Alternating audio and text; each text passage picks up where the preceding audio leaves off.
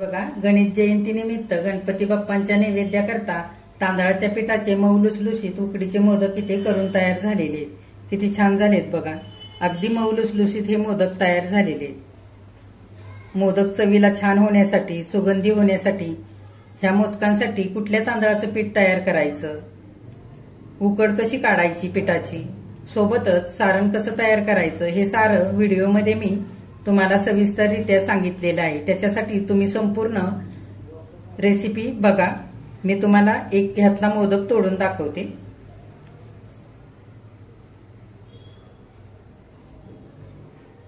हे बघा, अगदी मस्त मऊ लुसलुशीत मोदक तयार झालेला आहे.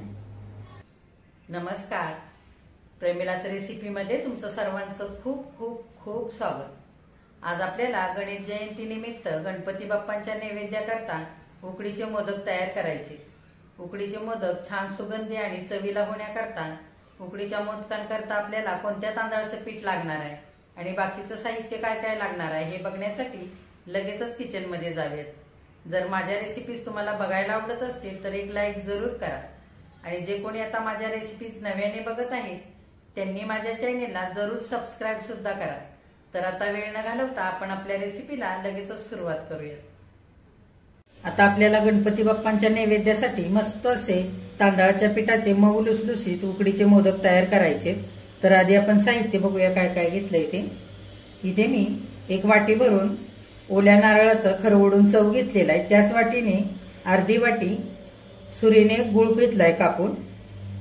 इथे एक वाटी भरून तांदळाचं पीठ घेतलंय. हे पीठ तयार करण्यासाठी मी एक वाटी आंबेमोहर तांदूळ आणि एक वाटी इंद्रायणी तांदूळ घेतले. ते 2-3 पाण्याने स्वच्छ धुतले आणि 20 मिनिटांकरता चाळणीवरती निथळण्यासाठी ठेवले. चांगले तांदूळ निथळल्यानंतर पंख्याच्या हवेखाली मी 4 ते 5 तास सुती कापडावरती पसरवून चांगले वाळवून घेतले आणि चक्कीतून दळून आणले. दळून आणल्यानंतर मी हे पीठ चाळणीने चाळून घेतलेलं आहे. इथे मी 5-6 बदाम आणि 5-6 काजू मिक्सरवरती बारीक करून घेतलेत. इथे अर्धा चमचा दळलेली साखर घेतली, 1 चमचा वेलची पूड घेतले, 1 चमचा तूप घेतलंय. इथे जायफळ आपल्याला लागेल थोडंसं किसून घालायचंय सारणामध्ये. चवीनुसार मीठ घेतलेलं आहे. आता आधी आपण सारण तयार करूया. आता मोदकाचं सारण तयार करण्यासाठी कढई ठेवली गॅसवर. आपण अर्धा चमचा तूप घालूया. तूप गरम झालंय. आता अर्धा चमचा खसखस घालूया. मी आधी खसखस घेतली नव्हती. खसखस चांगली भाजून घ्यायची आहे तुपावरती. हे बघा, गॅस मध्यम ठेवून खसखस तुपावरती चांगली भाजून घेतले. आता आपण खरवडलेलं ओलं खोबरं घालूया. खोबरं चांगलं आपल्याला आता परतवून घ्यायचंय. गॅस मध्यमच ठेवायचा आणि 1 मिनिटभर खोबरं आपल्याला छान परतवून घ्यायचंय. हे बघा, अगदी गॅस बारीक करून तुपावरती मिनिटभर खोबरं चांगलं मी परतवून घेतलेलं आहे. आता आपण गूळ घालूया. जेवढं वाटी भरून मी खरवडलेलं ओलं खोबरं घेतलंय त्याच्याबरोबर अर्धा मी इथे गूळ घेतलेला आहे. एवढा गूळ पुरेसा होतो. गूळ जर जास्त झाला तर सारण अगदी चिकट चिकट होतं आणि मोदकांमध्ये सारण भरलं की मोदक लगेच फुटतात. त्याच्यासाठी अगदी बरोबरच गूळ आपल्याला घ्यायचा आहे मोजून. जितका आपण खरवडलेलं खोबरं घेऊ त्याच्याबरोबर अर्धा गूळ घ्यायचा. तुम्ही इथे गूळ पावडर सुद्धा वापरू शकता. आता गॅस बारीक ठेवायचा आणि गूळ वितळेपर्यंत छान आपल्याला सगळं आता परतवून घ्यायचंय. हे बघा, गूळ पटकन वितळण्यासाठी मी जरा गॅस मोठा करून 2 मिनिटात हे सगळं सारण चांगलं हलवून घेतलं आणि गूळ चांगला वितळवून घेतलेला आहे. आता गॅस आपण परत एकदा मध्यम करायचा आहे. आता आपण हे काजू बदामाची अशी पूड करून घेतली ती घालूया. तुम्ही इथे काजू बदामाचे काप घालू शकता, थोडी चारोळी मनुके असं सुद्धा घालू शकता तुमच्या आवडीप्रमाणे. आणि आता आपल्याला 2-3 मिनिटं बारीक गॅसवरती सगळं सारण छान आता परतवून घ्यायचंय. छान चकाकी यायला हवी सारणाला. हे बघा, सारण मी 2-3 मिनिटं मध्यम गॅसवरती चांगलं परतवून घेतलेलं आहे. सारणाला छान चकाकी आलेली. हे बघा, सारण अगदी फार ओलसर पण नाही ठेवायचं आणि अगदी कोरडं कोरडं पण नाही करायचं, असं मध्यमच राहायला हवं. फार सारण ओलसर झालं तर मोदक उकडून घ्यायला लागलो आपण की उकडताना ते मोदक फुटू शकतात. आणि सारण खूप कोरडं झालं तर सारण मोदकांमध्ये भरतानाच मोदक फुटतात. त्याच्यासाठी आपल्याला असं मध्यम ठेवायचंय. फार पण अगदी सैल किंवा फार असं कडक नाही करायचं. आता आपलं सारण छान तयार झालेलं आहे. गॅस बंद करूया. थोडंसं मीठ घालूया, 1 चिमटभर, आणि वेलची पूड घालूया. त्याच्यातच थोडंसं जायफळ आपण किसून घालूया. अगदी थोडंसं घालायचं सुगंधापुरतं आणि चवीसाठी. आणि चांगलं आता एकजीव करूया. गॅस मी बंद केलेला आहे. आणि हे सारण कढईमध्ये नाही ठेवायचं, दुसऱ्या भांड्यामध्ये काढून घ्यायचं, नाहीतर सारण कढईच्या गरमीमुळे अगदी सुकं सुकं होऊन जाईल. आपल्याला फार सुकं नाही करायचं सारण. हे बघा, सारण मी कढईमधून एका वाटीमध्ये काढून घेतलेलं आहे. सारणाला अगदी मस्त सुगंध येतोय जायफळ आणि वेलचीचा. जायफळ आणि वेलची अगदी शेवटी घालायची सारणामध्ये, म्हणजे छान सुगंध येतो सारणाला. आणि मीठ घालताना सुद्धा अगदी शेवटी घालायचं. आधी जर मीठ घातलं तर सारणाला अगदी पाणी सुटतं आणि सारण ओलसर होतं. सारणाला थोडंसं मीठ घातलं की सारणाला अगदी मस्त चव येते. आता आपण सारण थोडा वेळ थंड होण्याकरता असंच ठेवूया आणि मोदकाच्या पारीचं पीठ तयार करूया. ज्या वाटीने आपण तांदळाचं पीठ मोजून घेतलेलं आहे 1 वाटी, तेवढंच आपण पाणी घालूया. पाण्याला चांगली उकळी येऊ द्यायची. आता पाणी चांगलं उकळायला लागलेलं आहे. आपण अर्धा चमचा तूप घालूया. तूप आपल्याला इथे फार नाही घालायचं, अर्धा चमचा घालायचंय. तूप जर जास्त झालं तर काय होतं, मोदक उकडून घेताना मोदकाच्या वरून पारीला चिरा जाऊ शकतात. त्याच्यासाठी अर्धा चमचा इतकंच तूप मी इथे घातलेलं आहे. आता आपण दळलेली साखर घालूया. मोदकाच्या वरच्या पारीला छान चव येण्याकरता इथे साखर घातली मी दळलेली. आणि अगदी थोडंसं मीठ घालूया, चिमटभर, म्हणजे पारीला छान चव येते. पारी आळणी लागत नाही मोदक खाताना.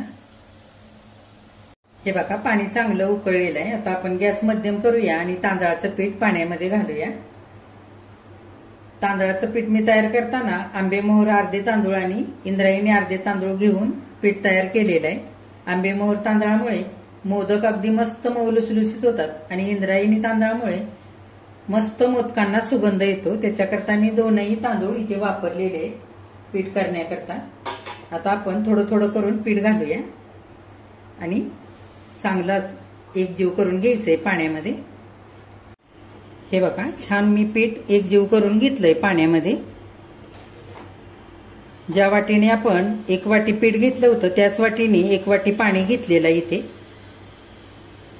आता आपण गॅस बारीक ठेवायचा आणि 1 मिनिटांकरता झाकण घालूया आणि वाफ काढून घेऊया.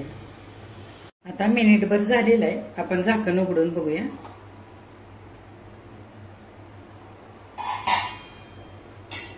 चांगलं एकदा पीठ हलवून घेऊया. हे बघा, परातीमध्ये मोदकाच्या उकडीचं पीठ मी काढून घेतलेलं आहे.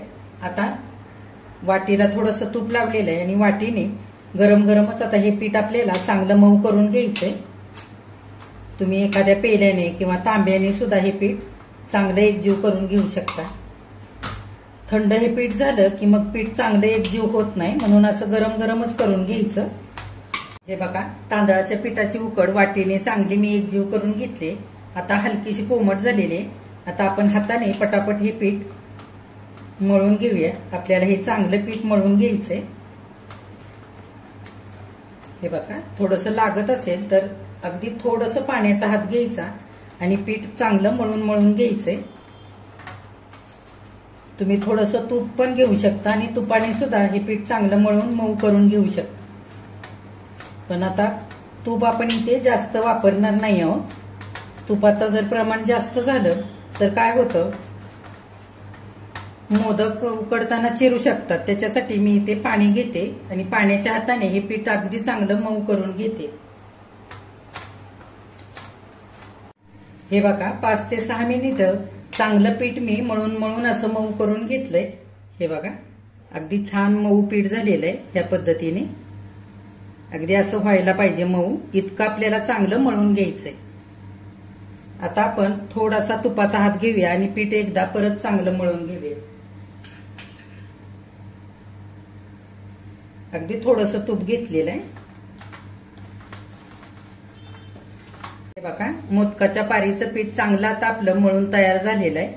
पीठ मळण्यासाठी मी थोडं थोडं पाण्याचा हात घेऊन पीठ चांगलं मऊ मळून घेतलं 5 मिनिटं आणि आता थोडंसं तूप लावून पुन्हा एकदा छान मऊसूद असं हे पीठ मळून घेतलेलं आहे.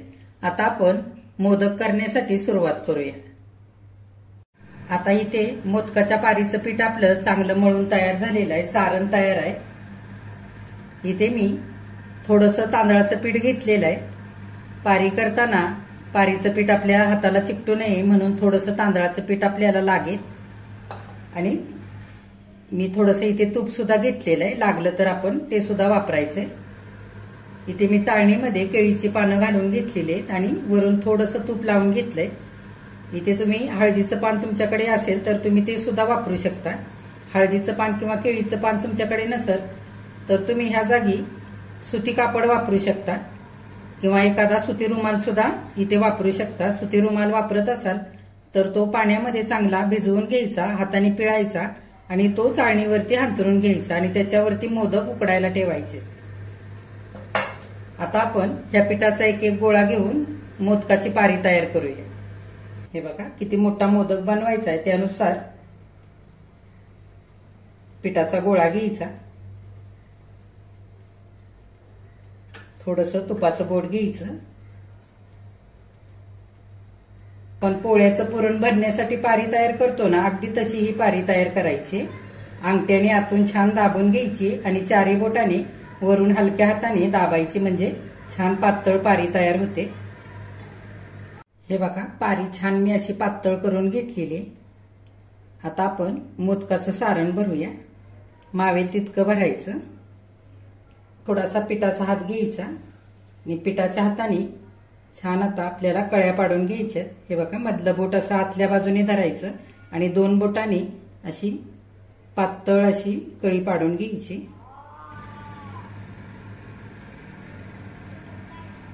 हे बघा अशा जवळ कळ्या पाडायच्या. हे बघा सगळ्या अशा मी कळ्या पाडून घेतलेल्या आहेत मोदकाला. आता सगळ्या कळ्या अशा एक साईडनेच अशा ठेवायच्या. ज्या साईडने आपण मोदक फिरवून घेऊन त्या साईडने अशा सगळ्या करून घ्यायच्या आणि मोदक असा गोल गोल फिरवून मिटवून घ्यायचा. असं सारण आतमध्ये दाबायचं आणि हलक्या हाताने असा मोदक गोल गोल फिरवून मिटवून घ्यायचा.